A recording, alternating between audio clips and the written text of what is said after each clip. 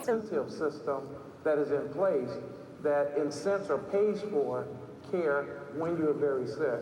The second thing is, to your point about corporate America, there is an interest in the boardrooms and in the C-suites to deal with this issue in a very different way, because many of the corporations outside of the healthcare industry have figured out how to keep their overall cost increase at about a 3 to 4% year-over-year inflationary factor rise every year, except for the line called healthcare. The line called healthcare rises every year in the neighborhood of 8 to 12%. So they are trying to figure out, what do we do to drive the cost of health insurance, health coverage down, while also making sure that they have a healthy workforce to stay at work to get the work done for them to be prosperous and productive. To Bernard's point, Mark, as a national leader in our community, how ironic would it be that what becomes the impetus for government finally getting it on this issue of universal health care, how ironic would it be that that impetus would come from corporate America? I raise this for your consideration and your comment because you and I both talked around the time of the last, although there are 2 more on the books right now, the last Supreme Court decision where affirmative action is concerned, the Michigan case. The Michigan case, we were saved in that fight by that 1 vote of Sandra Day O'Connor. And she writes, as you may call it, her majority opinion. This is going to be the rule, as I see it, at least for the next 25 years. But in 25 years, should have found a way to deal with disparity in America. Now, I'm not holding my breath on that, but she at least gave us 25 years. But I remind you, there are 2 more cases in the books that they are going to hear on affirmative action. I raise that because it was corporate America, as you know, that signed on those amicus briefs to support the University of Michigan. So corporate America said diversity and inclusion is good for America. They said that because even they now understand, with regard to their workforce and their consumer base, that you got to do this inclusion issue. So they signed on, interestingly, and we were saved, at least for the time being. How ironic do you see it? Is that the answer? Are we missing something here? If that is the answer, how ought we be playing this politically? Because corporate America is they're getting fed up with this, and they're starting to squeeze government about some kind of universal plan. Well, 2 things that are interesting. If you look at what's happening in the automotive industry, the health care costs for retired auto workers, which was pretty much a lifetime benefit granted to auto workers, which was a positive thing, which occurred in the 40s and the 50s and the 60s, has begun to affect the competitiveness of the big 3, the American big 3, vis-a-vis foreign automobile manufacturers. So there's a new awareness being driven by what decisions are always driven by in America: reality and money. Bottom line, fiscal costs. The thing that Bernard, and I don't want to lose this point, and that's the issue of a shift in healthcare investments from the back end to the front end. Well, how do you do it? You create a system which encourages strongly preventive health care, that encourages fitness, that invests in, look, there's an emerging industry in America for exercise equipment and exercise clothing and health care and fitness, a preventive industry which is now burgeoning. All you gotta do is look at the infomercials on television. And all of the interesting things that people do. And I think that shift is going to be pushed and compelled by the reality of what it costs to provide health care. What would be tragic, though, is if the reaction of the nation's policymakers and the nation's leaders in the C-suites of America, the CEOs and the CFOs, would be to strip away any and all health care benefits for employees. The shift has to be to the prevention side. The shift has to be to bringing physical education back into schools. The shift has to be investing in youth recreation. The shift has to be in changing school lunch offerings and school lunch programs. The shift has to be in encouraging preventive health care in the workplace. The shift has to be providing preventive health care and annual visits to the doctors, not only for young children, but providing it lifelong to teenagers and the others. We need a shift in our thinking because through investments in prevention, which is so important to connect people to the idea that they need to be healthy, I think we can make a move.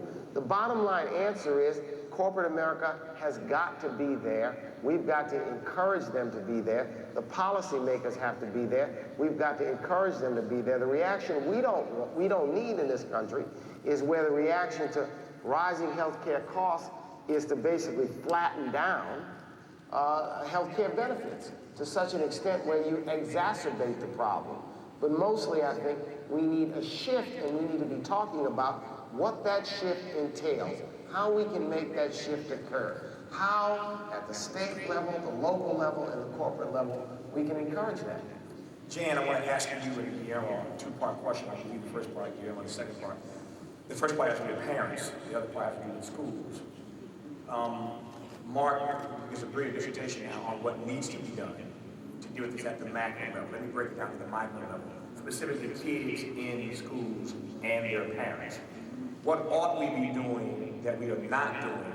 What ought we be saying that we are not saying? How ought we be engaging in a way that we are not? Parents, because at the end of the day, where the kids are concerned, what Mark is saying is up here. This is legitimate at the public policy level. But the parents are right here next to these babies. I want to ask Guillermo in a moment about what we ought to be doing inside of schools innovatively with regard to advertisement and lunch programs. He said, what are we doing inside of schools right now? But before I come inside, let me stay outside with the parents. What are we missing in terms of our communication, our conversation with the parents of these obese kids? Well, parents are under tremendous stress. I don't know why parents aren't in the street. I don't know how we expect parents to fulfill all of their responsibilities given the crushing demands of parents' work. That's also what's changed in 30 years is whoever used to stay home, they're not home, they're working. And if you're a single mom, you have to get up very early to get your kids to school.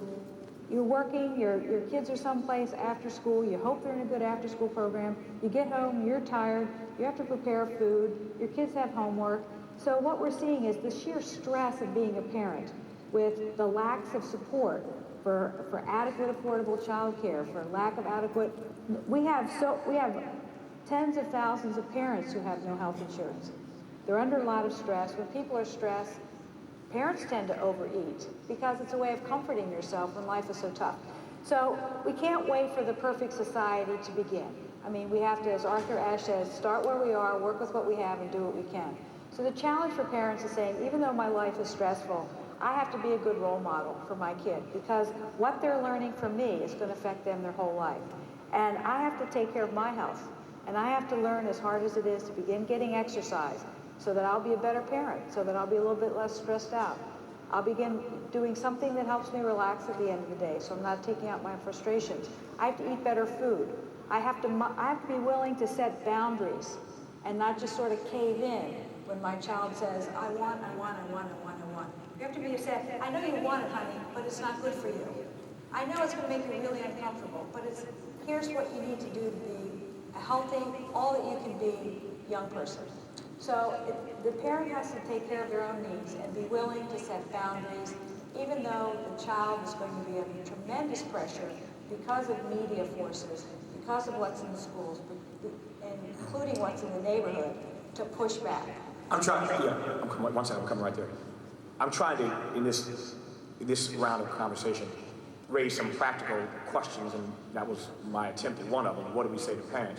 Jackie, let me ask you before I come to Guillermo and Donna, how you practically do that in East St. Louis at your center. You talked earlier about the fact that you don't just work with kids, but their parents as well. How do you, baseline, deliver this kind of message? How do you engage parents? Because I'm thinking about East St. Louis. I know Baltimore relatively well, and there are elements of East St. Louis that exist in Baltimore. You got poor communities. The whole scenario that Jan just laid out is how parents try to navigate their lives in East St. Louis, just as they do here in Baltimore. At a practical level, talk to me about how you communicate, how you engage, how do you educate parents at the center? Well, we educate parents by dealing with what we have. we really try not to focus on what we don't have or what can't be done for us, but what can we do for ourselves. So we implement different programs and working with the parents, bringing the kids in, working with the local universities and some of the people that come over and volunteer and just teach the kids and the parents basic ways of making a meal, even if the parent away, but it's safe. And making sure, they don't burn down the house, the kids, if the parents are not if the parents are not there. So it's basically having that mentality. Don't listen to people that say, oh, you can't do this, you can't do that, you can't have this. East St. Louis, we know, is a devastated area, and people always talk about how bad it is. But let's show people what good can come from here, what we can do. So it's really focusing on what we have, and not let everybody else worry about what we don't have and what we can't do, but do what we can to the best of our ability and be happy with that. But it's bringing in the parents, as well as we have a senior program too, because I do believe, in the senior with the physical fitness and also working with the mind, but also for our young kids to see, their parents, but then also their grandparents too, so they can create these, when I say habits versus behaviors, so they can change some of the behaviors, but then also the kids can be a reinforce to the parent. If the parent is off path or not on the right journey, say, well, mom, dad, they talked about that at the center, where we shouldn't be doing that, or we taking shortcuts, or, keeping a journal, writing it down, bringing it back and discussing it. Donna, you and Risa want to add that. Y'all start with you, sure. This is Donna, yeah. Donna. I agree with what everyone has said, because even when you were speaking about it on my husband's show, you mentioned how parents have to be accountable, and a lot of parents got upset with you. But they do have to lead by example. In the Bible it says, train up a child in the way he should go, and when he is old, he will not depart. So you have to set that example in the house. I mean, right now we have 65% of America overweight or obese, and 16% of our kids are overweight. So it starts at home. So one of the things you can do is make better health choices, meaning make sure you're bringing in food that's more has more nutritional value. Make sure if you are telling your kids to go out and play, you go out and play with your kids. And when we look at the statistics, it shows that kids that eat outside their home are consuming twice as many calories as they would if they eat at home. Then even on a school level, as parents, we need to intervene. When you look at the lack of physical activity not being in most school systems right now, 92% of grade schools do not have physical activity daily. So we need to go to the PTA boards meetings. We need to talk to the state and local reps. Whoever the decision makers are, we need to lobby to get physical education back into the school system. And then even when you look at churches and community centers, we have to intervene there. If your church doesn't have programs for your kids, or if your community center doesn't have it, let's talk to the pastors and the directors to get those programs back in there. If you have a talent, why can't you volunteer your services to start a program? My talent is fitness. I have a program called Sweating in the Spirit. And the goal of that is to show us how we can strengthen our mind, our body, and our spirit, because it is wholeness and health. And when you talk about being healthy, it's from the inside. It's not just about looking a certain way. It doesn't matter what shape, size, age, or color you are. It's important to be healthy. So I think parents, it starts with us being responsible and showing our kids, because if we instill the virtues of a healthy lifestyle while they're young, they carry those values into adulthood. Before I go to Risa and then back to Guillermo, let me remind you that Robert Wood Johnson Foundation passed out some cards for you. We're going to start collecting those in just a couple of seconds, so if you can pass them to this end, to your right, pass those cards with your questions or comments to the right. We will collect them on the end, and we may get to a couple of them here, but I wanted to share with you that we're collecting these because we want to answer these questions for the rest of the world on the website. So we're going to get the experts to answer your questions. We're going to post this stuff on the site so we can continue through the rest of our tour, driving people to the site, sponsored in part by the Robert Wood Johnson Foundation, to get these questions answered for those who are logging on in cities across the country to learn more about this Road to Health tour. That said, Risa, you wanted to make a comment, then I want to go to Guillermo to get inside the school system and see what we ought to be doing in the hallways of our schools. Yes, ma'am. I just want to give a quick example, concrete example of what we can do. You know, many years ago, I won't tell you how many, when my son was just a little boy, I was working in North Philly. I needed to get dinner. We had a conference. Pull that mic just a little closer. We had a conference to go to afterwards. So I drove from place to place looking for a healthy meal. There were liquor stores, there were places to check, to cash checks. There was no place to get a healthy meal for my son. And I ended up going in a convenience store and getting, frankly, what was an unhealthy meal. And felt bad about that as a mother. Well, now, in that same neighborhood, as a result of a program that I'm proud to say we funded, you can go into a community store and there are these little stickers on snacks that indicate that it's healthy. And the kids know it's healthy because they've learned in school that when it's got this one color sticker on it, that's something good for them to eat. And it reinforces what you teach at home, reinforces what you teach in school, and it shows that if you work as a village, you can raise healthy children. So I don't want us to be despondent about this. We can change this in our neighborhoods. Guillermo, let's go inside the school system. Tell me what we ought to be doing, and are there I know that there are some good examples of schools who are getting this right. We were in Atlanta on this tour, and there's a wonderful school whose name I cannot recall at the moment, right outside of Atlanta, that has just done a remarkable job of getting rid of all the fast food in the school. They've changed their entire lunch program. It's a wonderful example of what can be done on the inside, but for this audience and for our conversation, what ought we be doing on the inside where the kids are every day to address this issue of health and what we feed them, what we teach them, etc.? Well, basically, this process is a process that sometimes seems to be a slow one. But we have to understand, first of all, that health and academic performance go hand in hand.